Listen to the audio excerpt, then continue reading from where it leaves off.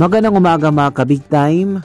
Patay ang isang active citizen armed force geographical unit CAFGU matapos hagisan ng granada ang military checkpoint base sa kahabaan ng barangay Nalapaan, Malidigaw, Special Geographic Area bandang alas 7 ng umaga, August 23, 2025. Kinilala ng mga militar ang kasamahang nasawi na si CAA Bimbo Malingko Lumabas, 25 taong gulang, na residente ng barangay Kalakakan, Pikit, Cotabato. Or base naman sa investigasyon ng Malindigaw Municipal Police, isang suspect na naka-hoodie, jacket at nakaitim na sombrero ang sakay ng kulay itim na badya motorcycle ang dumaan sa nasabing lugar at humagis ng granada.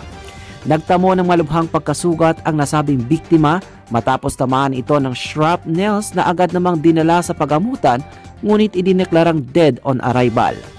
Nagsagawa na rin ng backtracking investigation at hot pursuit operation ang kapulisan sa lugar at nakipag-ugnayan sa mga kapalit ng Municipal Police Station upang agad na matukoy ang salarin. Samantala, kasalukuyan ng naka-alerto na rin ang ilang mga militar base sa ilang mga bayan dahil sa naganap na pag-atake. Para sa Big News Ngayon Pilipinas, Patrol Number 30, Loy Imam.